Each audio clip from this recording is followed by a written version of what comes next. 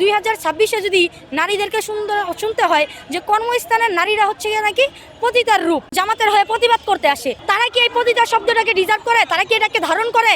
তারা চাচ্ছে নারীদেরকে দাসত্ব বানিয়ে রাখার জন্য। কেন? মেয়েরা কি শুধু পুরুষের সেবা করার জন্যই? মেয়েদের কি নিজের কোনো অস্তিত্ব নেই? মানে 71-এর বিরোধিতা করা এই গোষ্ঠীকে আমাদের বাঙালিদের ক্ষমা করে দ্বিতীয়বার রাজনীতিতে আসার সুযোগ দেওয়া হচ্ছে আমাদের বাঙালিদের জন্য একটা ভুল। কারণ তারা তাদের এই কাজটা তারা এই 26 পর্যন্ত তারা কায়েম করতে যাচ্ছে। তারা চাচ্ছে নারীদেরকে দাসত্ব বানিয়ে রাখার জন্য।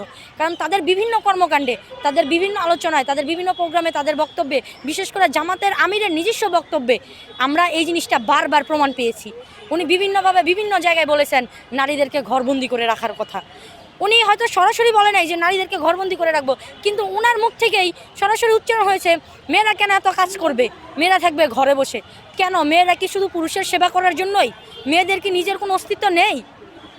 যেই জায়গায় আমাদের জাতীয় কবি কাজী নজরুল ইসলাম বলেছেন বিশ্বের যা চির কল্যাণকর অর্ধেক তার করিয়াছে নারী অর্ধেক তার নর, তার এই বক্তব্যটা এবং আমাদের যে আমাদের যে নারী নেতৃত্বগুলো ছিল, আমাদের দেশে যে মহিষী নারীগুলো ছিল, তাদের যে কর্মকাণ্ডগুলো ছিল, তারা আমাদের দেশকে কিন্তু একটি গৌরবময় জায়গায় নিয়ে গেছেন।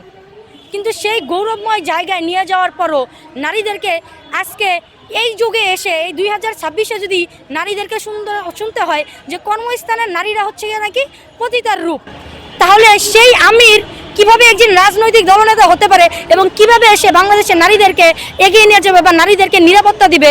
আর সে ভবিষ্যতে যে নারীদেরকে আরও অসম্মান করবে না, আরও কটূক্তিকর কথা বলবে না, এর কি কোনো গ্যারান্টি আছে? নাই।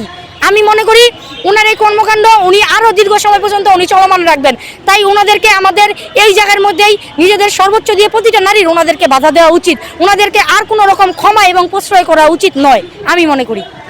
আমি বলবো সেই সব নারীদের উদ্দেশ্যে, এই কথার পরও একদল নারী আছে আবার জামাতের হয়ে প্রতিবাদ করতে আসে, আমি তাদের উদ্দেশ্যে বলবো যে তারা যে জামাতের উদ্দেশ্যে এই কথাটার প্রতিবাদ নিয়ে আসে, তারা কি এই পতিতা শব্দটাকে ডিজার্ভ করে? তারা কি এটাকে ধারণ করে?